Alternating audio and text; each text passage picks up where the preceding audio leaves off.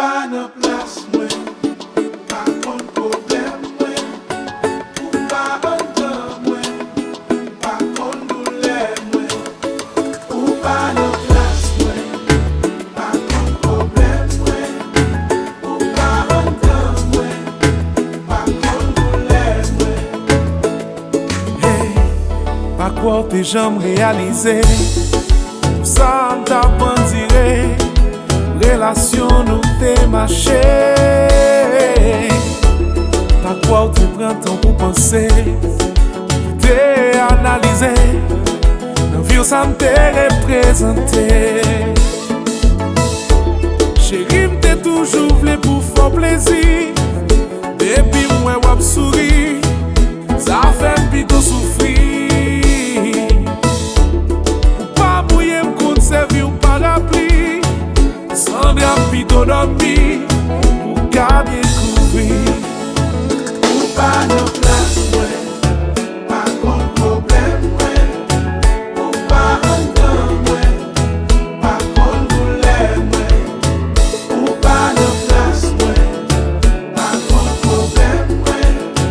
Ou pa an tan mwen, pa kon doule mwen. Hey, problème la vie fin ap kale, tout an l'ap sabote, pa gon kote pou m'abrite. Au lieu pou ta sipote, ou kontinue ap exige, nou m pa kapab ou demake. Nan pi vie tan nan la vi mou bamdo, wap bam tout vre defo, santi m pren yu goso. Baka repon ak exijans ou yo, kounya wap di pat vo, reproche tourne kado. Mwen pat jom genyen, se ou te genyen, ave om ta prepare, mwen posen de kagon de men. Wap an te chagrin, ou pat jom remen. Lese mwen malade, men pou ki, se ou ka e medsen.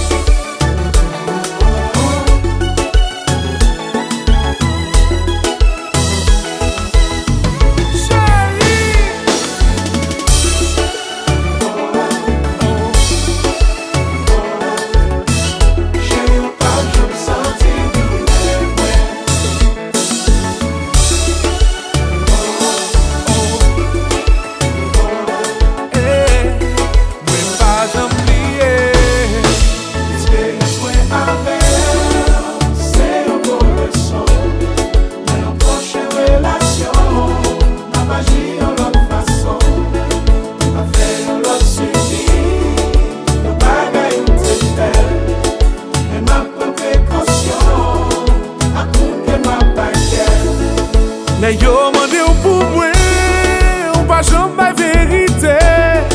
Se mal ou plus pale, chita voye monte. Ou se pi vie bagay, pa gen yon ken monte. Ki se pou pi bon, pa be seye pase. Se yon swen avel, se yon gros leçon. Men yon proche relasyon, nan maji yon lot fason. On a fe yon lot subi, yon bagay yon tete. Men ma pe prekosyon, akoun ke ma bagay. Eske se la monte, ka fe ou de pale. Mwen vin kon jom pat bon, se jis la nou kite. Mem le manje ou pat kou, pat jom di li sale. A kritike m kavay, le kayou pa bale ho.